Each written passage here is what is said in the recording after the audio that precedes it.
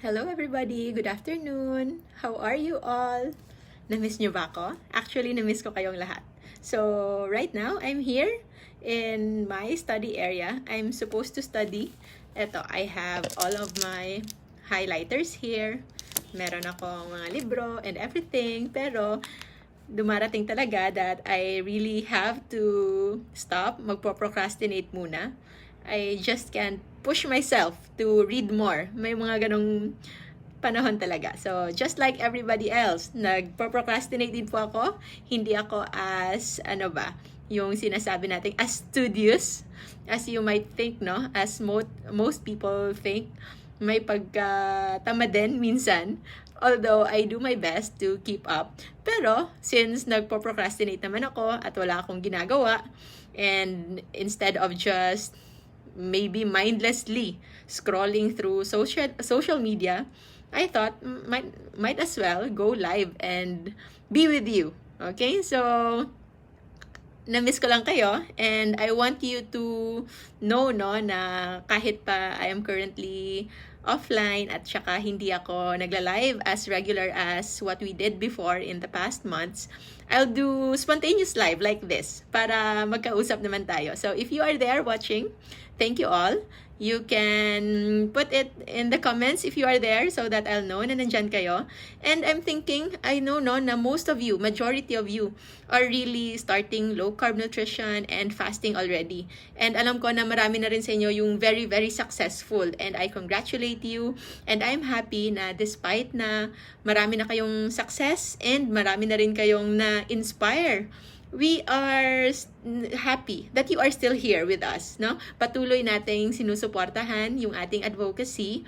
We also promote as long as we can, and your support sa page natin, sa groups natin, those are really very, very good things that help our community. Because just the fact that you are liking our posts, you are sharing the ones that we make, the contents, no, that can really add up sa, sabi nga natin, the ripple effect of this way of life. So, meron tayong ripple effect na sinasabi na the more we help, no, we advocate, we live this way of life, ay marami rin na i-inspire. So, I hope you are all there. And today, gusto kong i-target sana. So, if you can share this as well to your timeline, to your pages, especially sa mga coaches natin, shout out to all the coaches in our LCF Masterclass. So, we already finished the Pioneer Batch, yung very, very extensive. I know, yung mga nakasali doon, sasabihin nila, yun siguro yung pinaka,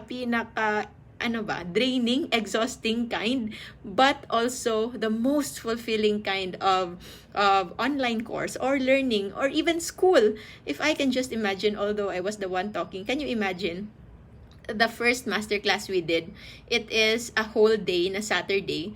We started at 9 o'clock, and we would end at 3 o'clock. Yung full lecture yan, walang lunch break.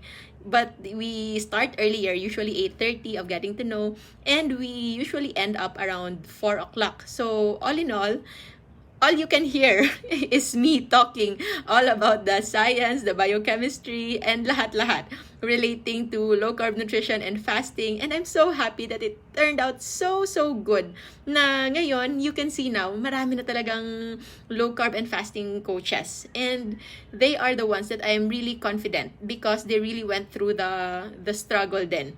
So, we prepared a full curriculum para surely covered talaga. So, importante that we have all of these baselines because nakikita natin na marami talaga nagsisimula ng low carb, but marami din na hindi nila napagpapatuloy. They were not able to continue, and at the same time, kung na-continue man nila, later on, nakita nila na nagkakaroon ng side effects. So, those side effects are mostly, sadly, mga little things, very, very little side effects na kung na-manage lang ta sana, if they did it right the first time, hindi yun mangyayari. And that is what we are trying to prevent. So we are thankful for all of the advocates na promoting low-carb nutrition, even those who are promoting keto, since keto mostly, under yan the umbrella ng low-carb. For those na hindi pa masyadong alam or first time na nakita ako po si Dr. Josephine Grace Rojo. Isa po akong doktor na ENT specialist, but my heart is in root cause medicine and also nutrition. Okay? And that's why we promote it. So, hindi naman pwedeng ENT yung ipopromote ko kasi ang hirap-hirap na ipromote na alagaan nyo yung tenga ninyo, alagaan nyo yung ilong nyo. So, it's not really very much translatable. ENT as a specialty rather, medyo specific siya. We only get patients yung specific lang talaga for our field na hindi na kaya ng mga general practitioners, okay? When the general practitioners can no longer manage diseases of ears, nose, throat, or even the neck, no, na kailangan ng operahan, they refer that to us.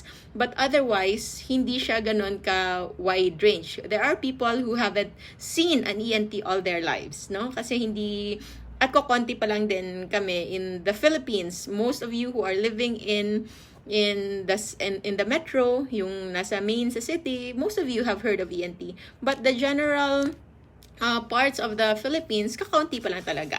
And so, I advocate the ones that is more translatable and nakaka-prevent ng mga sakit na hindi lang pang ENT, but general. It can promote overall wellness talaga. So, we are thankful for all of those na promoting this way of life, the ones promoting low carb, the ones promoting IF, the ones promoting keto, because they raise awareness. Kasi ngayon, sa Pilipinas, wala pa talagang ganon kagrabing awareness. And the fact that whenever we do our medical mission, the moment pa lang nasabihin namin, so Nay, gusto nyo bang gumaling yung pakiramdam nyo? Oh, of course naman, Dok. Na kahit walang gamot, yun talaga yung gusto ko, yung hindi na kailangan mag-depend sa gamot.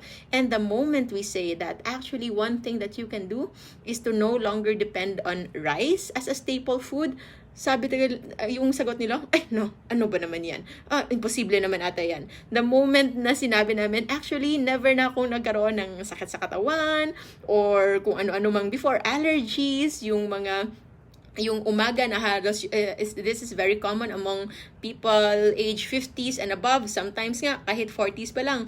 The moment they wake up in the morning, halos hindi nila magalaw yung kanilang joints. They have hard time walking and doing things, and nanonotice nila during the day mas umaayos, okay? So the pain go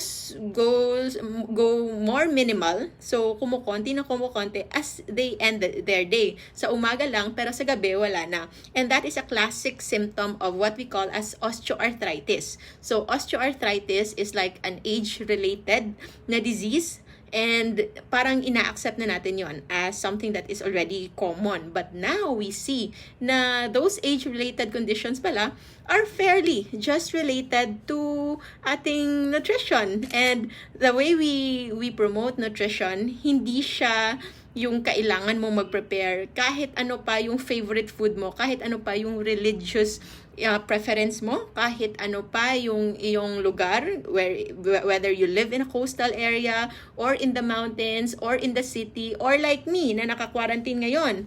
Even that, you can actually just live a sustainable, healthy, low-carb lifestyle as long as you know. So, yung importanteng part dito is we prioritize that. So, yung gusto natin for the people to do it the guided way. Kasi nga, if you are just na-inspire ka lang kasi may nakita kang post na nakita mo yung isang tao na pumayat with low carb keto, sinunod mo agad. Kung ano yung sinabi niyang kinain niya, kinain mo rin. Without knowing na, for example, yung kinain niya, puro gulay at saka isda. Tapos sinunod mo din. But hindi mo alam that you are oxalate sensitive pala. So, oxalate is actually a plant toxin na na-accumulate sa katawan, and that can cause even symptoms of arthritis-like symptoms, parang nananakit yung katawan, joint pains, and yung iba, nagkakaroon ng bloating, okay? So, kahit naka-low carb sila, and not everyone is really sensitive to oxalate. Merong iba who are thriving even with high oxalate foods. Yung yung high oxalate na mga pagkain tulad ng almonds, yung mga nuts and seeds, cacao, yung mga very, very green leafy vegetables, no? All of those are actually high in oxalates. And the moment na mataas yung kanilang oxalate content, that is already a sign na sometimes they give up. They give up easily because they are already not feeling good. And yung important part here is for us to recognize na there's no one size fit all. That's why we have these groups, we have these programs para ma-empower kayo. And yung nagsasabi yung iba, bakit kailangan ko mag-go through sa parang basic, intensive, low-carb nutrition and fasting na lecture? It's because it's like school, no? Hindi ka pwedeng tumungtong ng college kung hindi ka muna nag-high school. At hindi ka muna makakatungtong ng high school nang wala kang foundation in elementary. The very big difference is, for example, ang isang engineer, okay? Marunong siyang umayos ng isang, say for example, ng isang appliance. So, ang isang aircon, yun na lang. So, yung isang aircon, yung engineer, kaya niyang ayusin yan. Okay? And yung electrician na walang pinag-aralan, for example, skilled electrician, yung natuto lang from observership or ganon, marunong din siyang umayos ng air condition. But if you ask that electrician kung alam niya kung bakit nangyayari yon, how come he was able to do all that, bakit ganito yung kailangang ayusin, why this works, they will not be able to answer. Okay?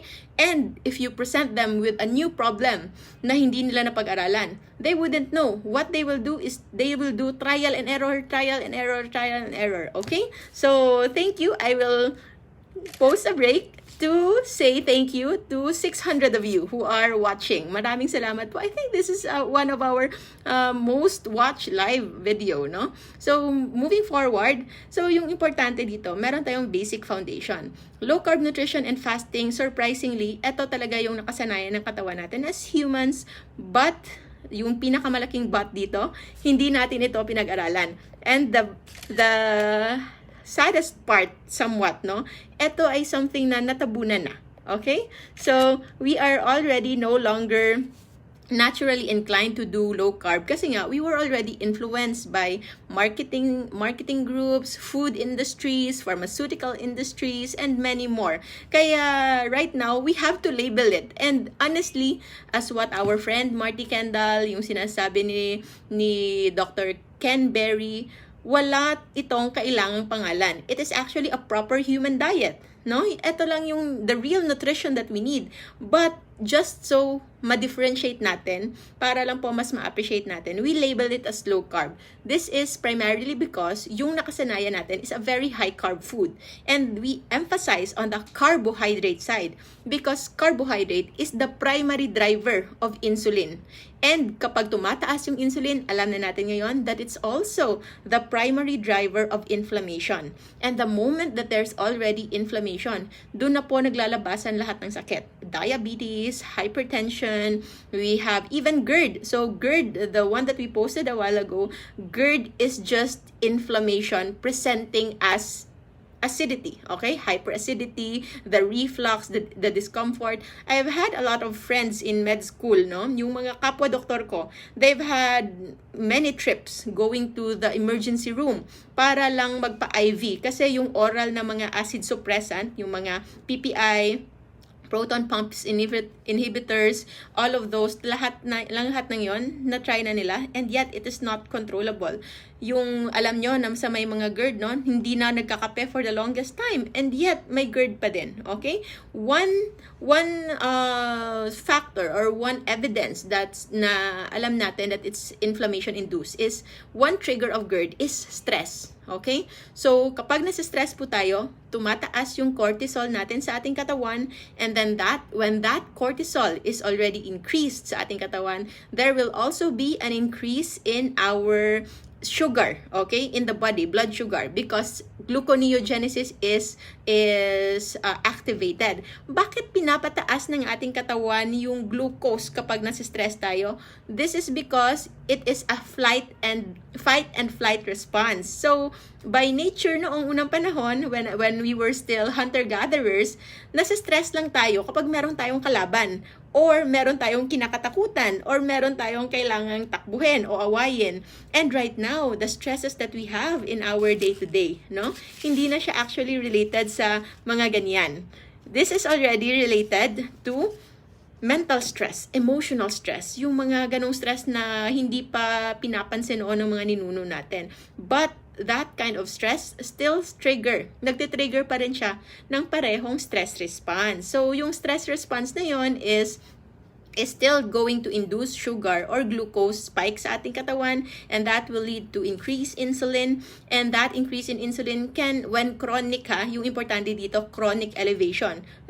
Yung chronic is on timeline na matagal, pangmatagalan, and also continuous, parati siyang nasi-stimulate. So that kind of stimulation is not good for our body, kasi nga, insulin supposedly, tumataas lang siya during growth years ng mga bata, or, for example, during harvest season. Kasi yung harvest season, yun lang yung nakakain tayo ng matamis, ng sugar, plainly. And then, that is supposedly for, pag-iimbak na time. Because, hindi noon available all year round yung mga fruits na available sa atin ngayon. And those fruits, yung mga prutas na yon, will trigger harvest season na signal in our body. At anong ibig sabihin nun? The fruits contain fructose. Yung fructose po, kapag naipasok na sa ating katawan, it will not be processed by any other organ in the body, only by our liver. Okay? So, yung liver natin, yung gagawin niya, kapag pumasok na yung fructose sa ating katawan, sasabihin niya, uy, harvest season na. So, kailangan kong mag-imbak. Kailangan ko i-save yung very precious na fructose na to. Kasi minsan lang to Minsan lang to in a year. Yung harvest season, paminsan-minsan lang talaga. And yung lugar na kung saan ako makakakita ng fruits, minsan lang to. So, yung gagawin ni liver, kukunin niya yung fructose na yon, ipaprocess niya, and it will convert it into storage. I-store niya, i-convert niya into storage form. At alam niyo ba kung anong storage form na yon? That is triglycerides, okay? And fatty acids, okay? So, it will convert into lipids. Magiging lipids po yan, magiging fats in simpler terms sa ating katawan.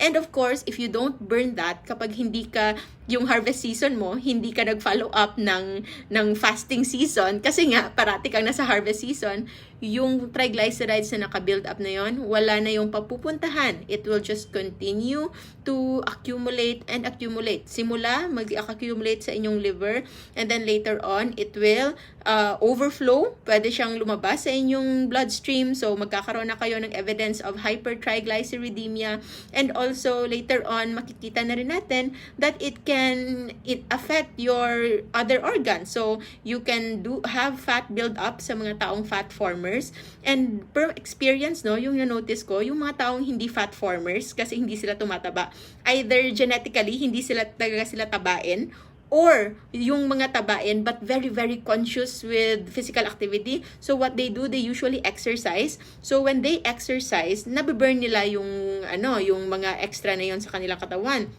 But I know a number of people na payat, tapos hindi tumataba, but they have gallstones. Okay? So, nagkakaroon sila ng bile sludge, ng gallbladder problems, may mga polyps, merong thickening of their gallbladder walls. So, those things are signs of too much fats with inflammation in the body. Now, sinasabi ng traditional medicine that it's because of the overflow of fats in your system. And that is true. Pero yung sinasabi nila is that you have to cut down your fat intake, yung pagkain mo ng taba. Kasi nga, nag-overflow na sa katawan mo, di ba? That can be partly true. That can be partly correct. But they missed one thing. And that one thing that they missed is that yung fats na nag-accumulate talaga, the ones that causing in our body, may not be directly related to fat intake. Okay? It can only be related to fat intake if you're eating it together with carbs. But between carbs and fats, mas grabe po yung epekto ng carbohydrates than fats. Okay? Mas grabe yung epekto nun because the carbohydrates will promote insulin increase, and the moment na increase na yung insulin will be the one to dictate your liver. Siya po ang didikta magiging bossing na bossing siya sa liver at sasabihin niya sa liver, gumawa ka ng triglycerides, gumawa ka ng maraming fats kasi yun yung panahon ngayon. It's harvest season and we have to save up for the rainy days, for the winter season, for the fasting season. And our body, sadly, hindi nila nare-recognize na bagong panahon na po ngayon, na meron na tayong refrigerator, meron na tayong pagkain anytime we want, meron na tayong mga instant anek-anek, no? And pwede na tayong magbaon ng pagkain at yung mga pagkain natin ay hindi na napapanis. So actually, there's no longer food scarcity. What we have now is food abundance. So dun kasi yung pinaka-root cause. But as to starting, it may be as simple as elimination of carbohydrates, but hindi lang po ganun ka-basic yon. Initially, you will see it work. Sa mga may experience na, makikita ninyo that the first 2 weeks of doing low carb, it is really, really effective. You will lose weight, tapos gagaan yung pakiramdam mo, and all those. But after the 2 weeks, dun na kayo makaka-feel ng, uy, bakit nagka-cramps na ako? Bakit nangihina ako? Bakit noon nakakatakbo ako ng 5 kilometers without any problem? Bakit ngayon parang halos hindi ako makabangon agad-agad, na meron akong and ang aking ulo parating masakit, bakit hindi na ako parang nanglalambot yung muscles ko, hindi na ako ganun ka makagalaw, and those are actually side effects already of doing low carb the wrong way. Okay? Because hindi lang po carbohydrates yung focus natin. Yes, that is our priority. Number 1 yon, making sure that what you are eating is low in carbohydrates para hindi mag-spike yung insulin. Pero after that one, hindi lang po yan dapat. You have to follow up with nutrition. Kasi after you make sure that you are eating low carb, you have to make sure that you are eating nutritious low carb meals. Meaning, yung vitamins and micronutrient content ng kinakain nyo ay pasok na pasok din sa kailangan natin sa pang-araw-araw. At hindi po ito kailangan ng vitamins, ha?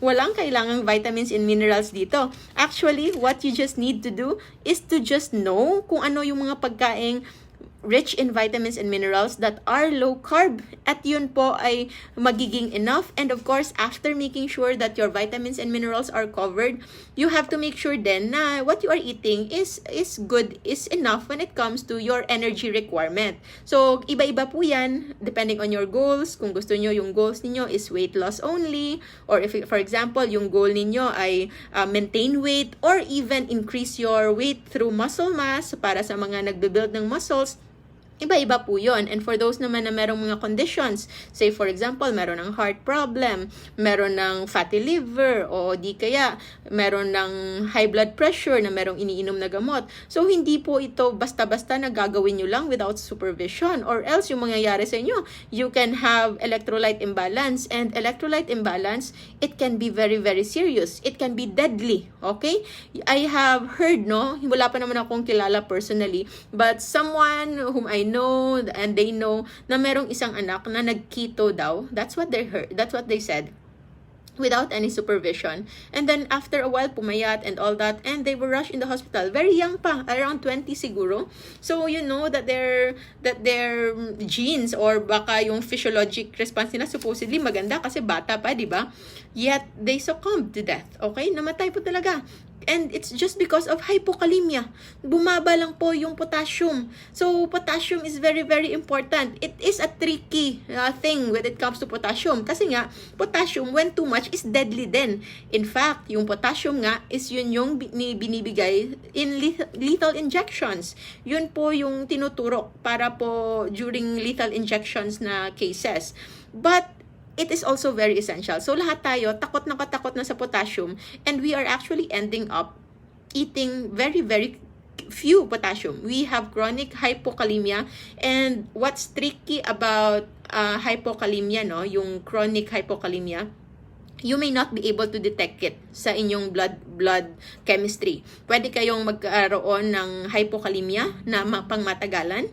And the moment na magpa-check kayo sa labs, pwedeng mag-appear na normal lang. How come na meron kayong mababang potassium sa katawan pero normal ang inyong blood values? This is because potassium is an intracellular electrolyte.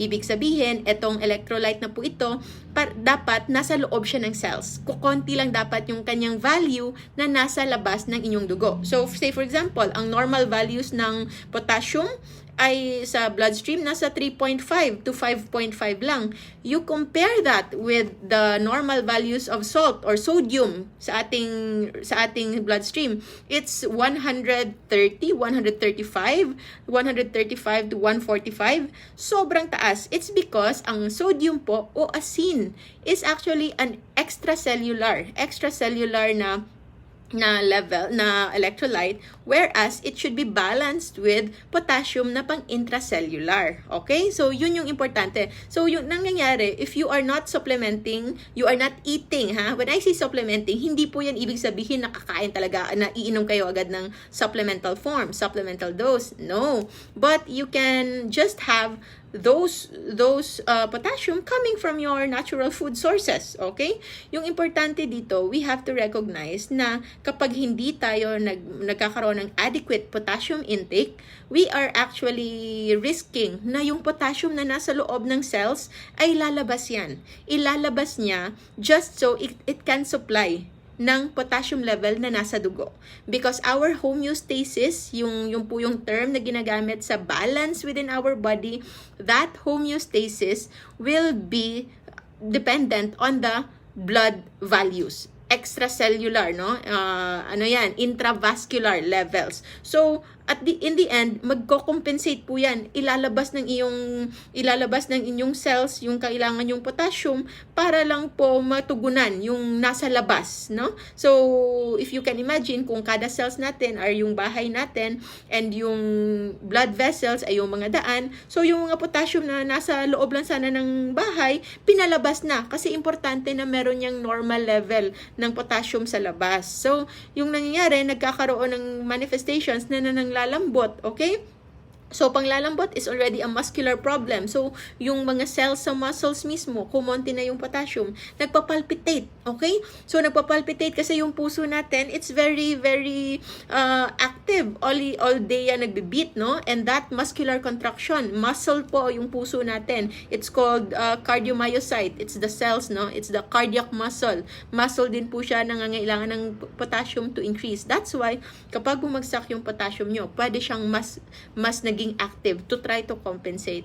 At kapag hindi pa rin naagapan, magkakaroon ng possible fluctuating yung BP po. So noon, yung iba kailangan po kailangan pang gumamot, uminom ng gamot para ma-normalize yung BP. Nakita nila na with low carb nutrition ay bumaba talaga yung kanilang blood pressure, pero bigla-bigla na hindi na nila alam kung bakit biglang tumataas na naman. And most common reason, no, sa mga naglo-low carb, it's because they are not taking well care of their electrolytes. So, nagkakaroon ng compensatory mechanism.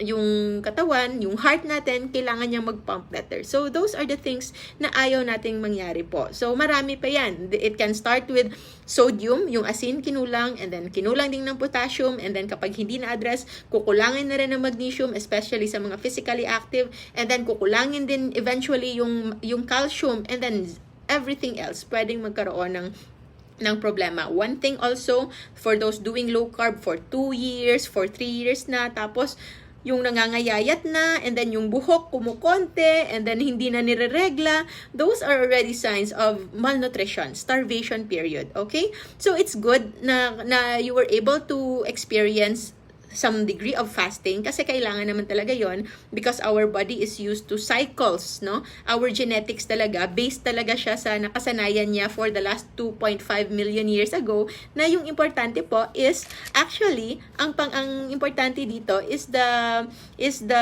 cycle of fasting and then some degree of feasting and then eating.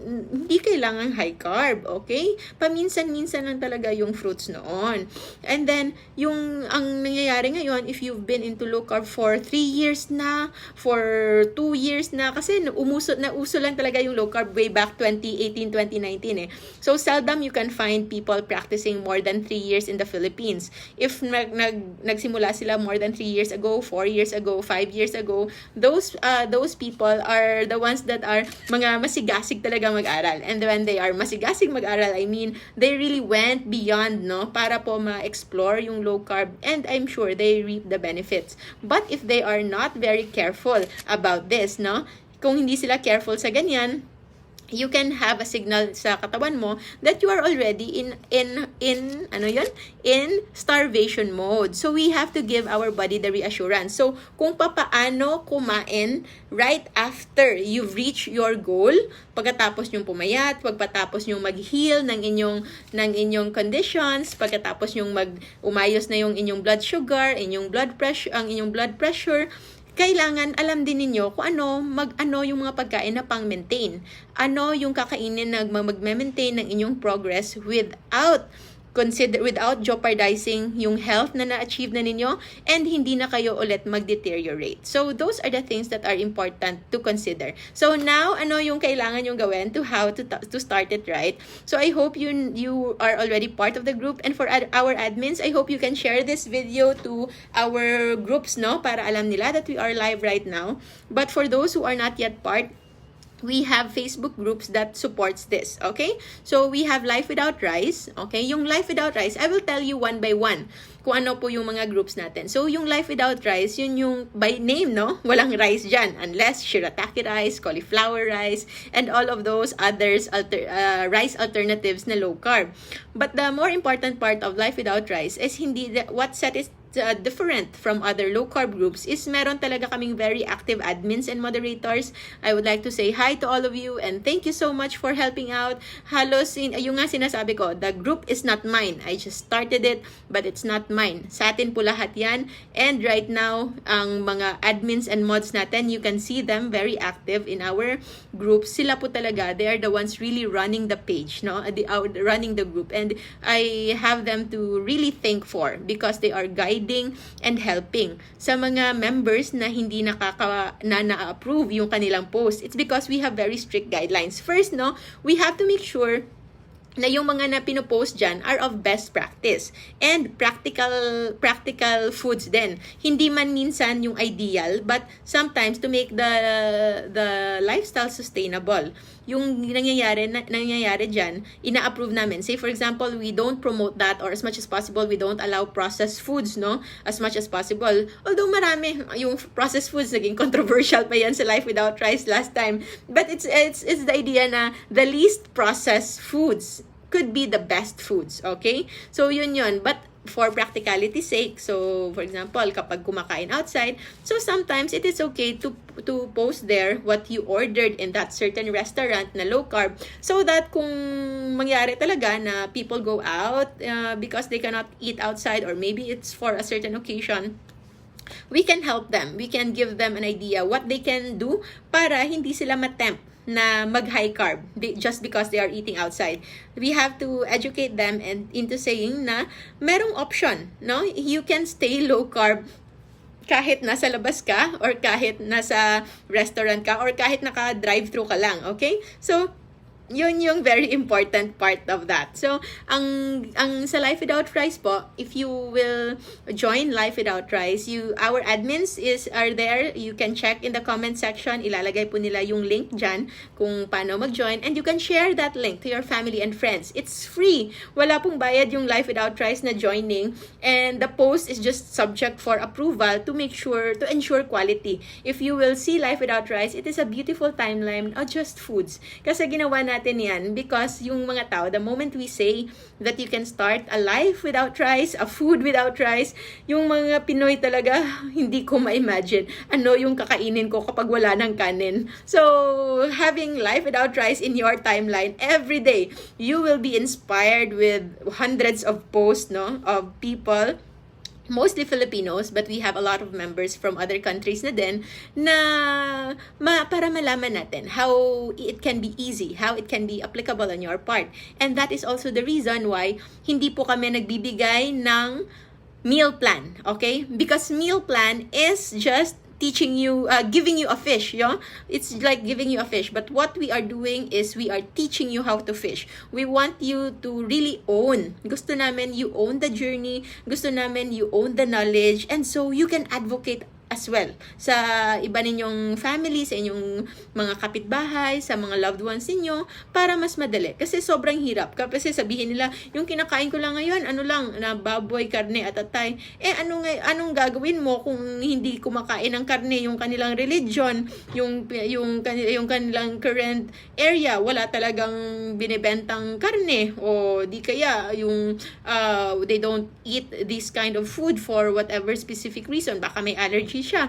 So that's already very restrictive. But if you know the proper low carb, if you understand it by heart, alam mo na walang imposible. May option lahat. Kahit vegan nga. Kahit vegan ay pwedeng maging low carb. Okay? So, we are pro-choice. So, yung gusto natin, empowered lahat sa kung ano man yung choices nila. So, Life Without Rice, it's a group na wherein you can post and get inspiration when it comes to food. And meron din dyan support, and the admins will help kung merong mga queries, especially the new members, kung bakit na-decline, o anong reason, bakit okay ito, o bakit hindi ito okay, bakit sobrang choosy nyo sa mayonnaise, bakit sobrang choosy nyo sa oil, bakit ayaw nyong gawing pangluto yung olive oil. So, yun yung mga concerns doon that you can be helped, because we want you to really own this journey para ma-translate talaga into your everyday life, no? Yung everyday mo na mga ginagawa, yung practical side, it can really be easily translated. And now, moving on to our next group, I think yung most since our Life Without Rice now, we are beyond 250,000, no? At least na tayo, 1/4 a million. 1/4, quarter of a million. So, yay, no? Galing-galing. So, we are already at 250,000. And that's in 2 years. I think that's in 2 years time. So, not bad. Okay na rin. So, we are a happy and very supportive group. And then, we have a complementary. Actually, mas nauna po yung isang group. It's low carb feasting and fasting community. Dito naman, kung meron kayong mga tanong, kung meron kayong mga queries about low carb and fasting, dito nyo po yan itatanong. Okay? Because Life Without Rice is strictly photos lang. Okay? Photos that you share directly. Kung mga links po or from outside, as much as possible, we'll limit that. Okay? Or except kung yung galing sa page ko. Kasi pinagbigyan ako ng mga admin eh. So, ng admin and moderators, they allow if it's coming from my page. But generally, to make it fair, wala po talaga yan. So to make the timeline beautiful, na nakikita natin, it's really mostly on foods lang. And then, if you have queries and questions, like kanina lang, ano ba yon? May nagtanong kanina eh. Hindi kalimutan ko kung ano yung tanong niya. Pero I declined it and I said na dapat dun sa LCFF niya na ilagay. So, low carb, feasting, and fasting community, yung other group natin, dun po nagtatanong about electrolytes, about fasting, about IF, yung mga side effect, kung anong brand yung okay, kung anong ganyan. And we do not also promote, yung number 1 po dito, wala po kaming pinopromote na any specific brand talaga or product. Wala po kaming binibenta. The coaches, us, meron kaming mga like companies we support, but we never impose that to anyone. Okay? And we have products that we use because we believe in it. And binibili talaga namin yon. Wala kaming parang what you say, sponsorship or not. No. We buy those.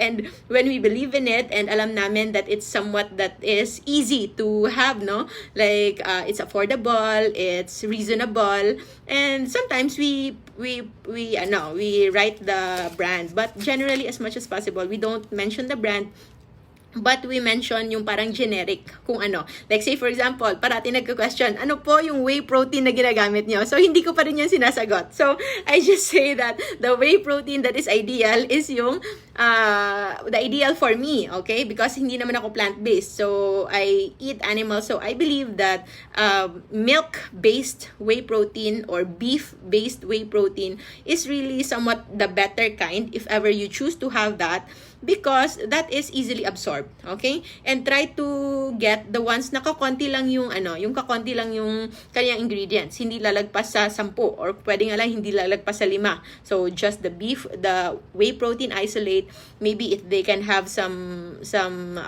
preservatives a little para hindi ma-spoil, and then just yung mga emulsifiers, yung mga ganon, and if it's flavored, so just sweetener na approved sweetener. So yun po yung mga things that you have to take into account. Okay? So, as a sample lang yan. Sample lang yung whey protein isolate. So, kung meron kung importante dito, it's sugar-free. And it's not using the toxic na mga sweeteners. So, mga acesulfame, so yung mga, what else? Aspartame, so yung mga ganon. As much as possible, not those. Merong iba na parang okay na lang, a little passable, kasi konti lang naman talaga.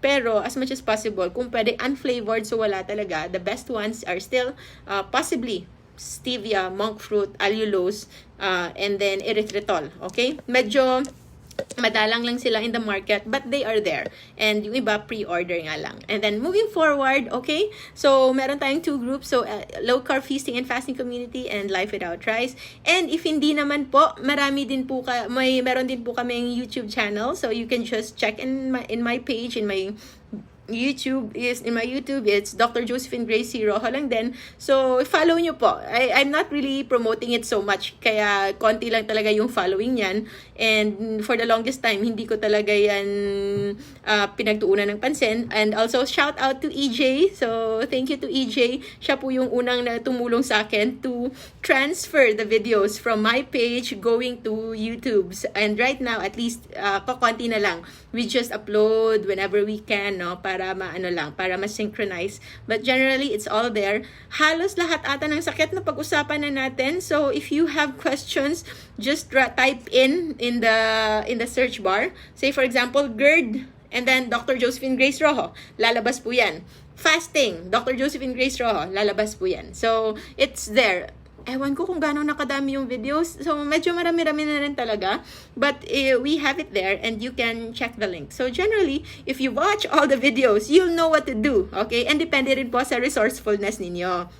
And if ever medyo pagod kayo to do it na DIY way, no? And also you want to be safe. Say for example, meron na kayong existing conditions na better if guided by a doctor. So that is where we recommend na it should be on a guided na nga. It's in a guided manner. So we created a program, the master classes, the low carb and fasting master classes, na hindi na po siya yung sinabi ko kanina na it's very, very tiring na ganon. Right now, we made it into a point na hindi po siya toxic, hindi siya nakakapagod. So it's an online course divided into 2, merong 14 days and 21 days. Yung 14 days, yung mga walang sakit, yung mga gusto lang mag-improve. I think meron talaga yon, and I congratulate you. Kayo talaga yung i-congratulate ko because you really want to own your health at kahit hindi nyo hinintay. Kasi I feel na minsan yung mga sakit natin are blessing in disguise, wherein kapag nagkasakit tayo,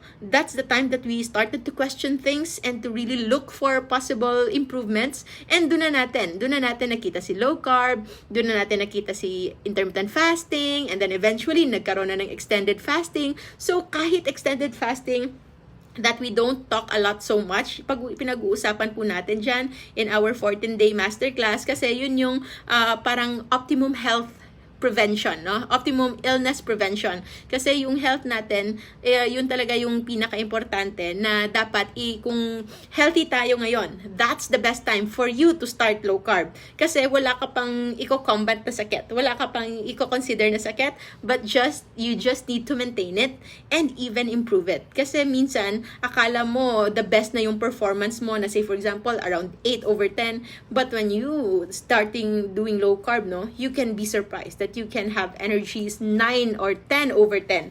Ganun po talaga ka-amazing yung pag-change ng lifestyle natin. And also, the 21-day masterclass. So, 21 days, each day, meron po tong 20 minutes video. So, the 14 days will be incorporated there. And the specific disease, 7 days po yan. So, yung mangyayari, papasok kayo sa group, message nyo po si Coach Alvin and Coach Angela. They will handle the registration. At kapag okay na po, meron na kayong registration number, na kumpleto nyo na yung registration requirements, papasok na kayo sa group natin, sa Facebook group natin. And then you can see there, merong announcement, merong guides, no? Eventually, we will put the classes. I-check nyo lang po yung announcement para malaman ninyo how to maneuver. Kung meron kayong tanong, all of the questions will be entertained. Unless, of course, na pag-usapan na natin offline or in our private chats with the admins, no? But generally, the questions are answered there, and then you can watch the video. So 20 minutes a day para hindi po siya ganun ka-heavy. But if you are if you are on the roll, kumbaga, pwede niyo po siyang i-marathon na yung 21 days na yon, pwede nyong i-marathon na tapusin nyo na agad. So, you can do a marathon on diabetes, hypertension, fatty liver, and ngayon, yung isa, ano nga yung isa natin? So, 4 na yun, obesity and weight loss. And yung mga dyslipidemia, taas na triglycerides, yung pagtaas ng LDL, pagtaas ng cholesterol, all of those will be covered. Okay? So, tuturuan po kahit yung mga medication adjustment, all of those, meron po yung theoretical knowledge that will be taught to you para kayo mismo alam nyo what's going on in your body. And right now, we are moving on our 5th masterclass this coming Sunday na ba? This Sunday, about Gerd, hyperacidity, and ulcer. And yung best part about this is we are going to have a live Q&A during Saturday. Every Saturday, 12 noon to 1. Minsan umaabot kami ng 2 p.m. So dito po, lahat ng questions will be entertained because this is a private group. So hindi natin ito, alam natin that the people who are in that group are really committed into improving their lives. Hindi lang sila basta silent readers lang or mga yung mga passive or nakikinig lang. Hindi. They are really active when it comes to their way of life. So sometimes we do a parang interview, no? Na spontaneous interview, parang live Q&A, parang patient-doctor na ganyan. Parang yun yung nagagawa because we have an virtual studio. So pumapasok lang sa studio and then nagtatanungan. Pagkatapos na answer na yung question, lalabas na sila and then comes another na member of our groups, no? At magtatanong ulit. So that's how our Q&A works. But we opened it for the last 2 months to everyone. But now we realize now we have to restrict a little. So admissions, the admissions in this group will be subject for approval pa po. Okay? So hindi lang just because you paid, you will already demand on anything. No. Because importante po na merong value and then hindi po nawawala yung value and quality ng groups, no? So we are now going to restrict enrollees depending on the assessment of the admins. Okay? If we feel that you cannot keep up with the requirements of commitment to really following how to behave in our groups and all in our classes, and also to make sure that you are prioritizing your health by really getting to know kung bakit nagkakaganyan. So, for example, kanina may nagtatanong, bakit daw nasa 18 hours fasting na siya, 94 yung kanyang blood sugar, and then hindi pa siya kumain, and then afterwards 94 pa din. So nag-worry. So actually yung sagot lang dyan nasa week 1 na live Q&A video. Okay? So you have to watch. Okay? So yun lang yun. Generally, lahat ng mga tanong na answer and it's being addressed, and the whole community. It's like a family and a supportive community na para sa lahat. So yun yung importante po that you start this. And of course, it's not about na yung mga challenges, why you can't do it the right way, because there is always a way to do it the right way, but it's not going to be given to you spoon feeding. You have to do your part. I'm sure meron kayong mga kilala na nag-start ng low carb, diabetic for 10 years, 20 years, hypertensive for 15 years, and nag-low carb lang, nainip agad. Kasi bakit hindi pa umaayos yung blood pressure ko? 3 months na akong nag-low carb. Can you compare 3 months as compared to 20 decades, 15 years na hypertensive kayo? You don't rush your healing. You are demanding so much para sa katawan ninyo. Okay? And yes, 3 months is generally sobrang enough na. That may be parang sobrang hirap paniwalaan na nagiging okay na in just 3 months. Actually, yung recent na patients ko, they're a couple, parents ng LCF coach natin, yung kanilang HbA1c from 6.9 and 7.2 in just a matter of 25 days. Imagine, 25 days lang. Hindi nga umabot ng 4 weeks. Hindi nga umabot ng 1 month. Okay? It went down to 5.1 and then 5.6. So, ganun kababa. So, that low carb is really amazing. It can be the most miraculous, kumbaga, yung sinasabi natin. And it can be considered as God-given talaga na technique, na way, no? Pero, yun nga, yung isang kwento dyan, na merong tao na nasa in the middle of a flood, no? Nababahaan na siya. So, in the middle of the flood, he's praying na sana daw, Lord, tulungan mo ko. Yun lang yung prayers niya. At grabe yung faith niya. Na tutulungan siya ni Lord. And then, maya-maya, merong dumating na may bangka. And then, sinabihan siya, kailangan mong lumangoy dito kasi hindi ako makakapunta dyan. Tapos sabi niya, hindi, natutulungan ako ni Lord. And then later on, umalis na yon. And then later on, meron na namang dumaan na helicopter. Okay? Kukunin din siya para tulungan siya. Tapos sabi niya, hindi ako sasakay kasi tutulungan ako ni Lord. Alam ko, tutulungan niya ako, kukunin niya ako dito, isasalban niya ako. And then comes another help. Pero hindi pa rin siya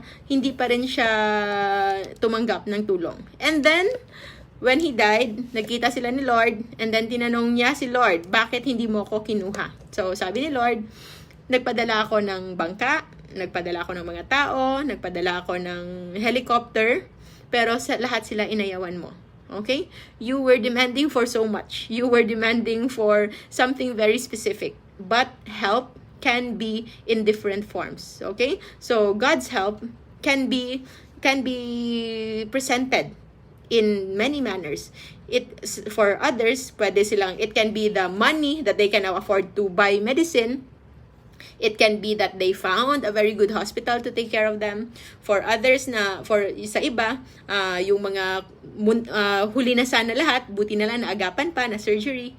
Or it can be the life without rice. Dropping by your timeline, merong dumaan pagkain na walang kanin, merong isang doktor na dumaan na kumakain ng baboy, tapos sinasabihan kanya na hindi masama ang taba.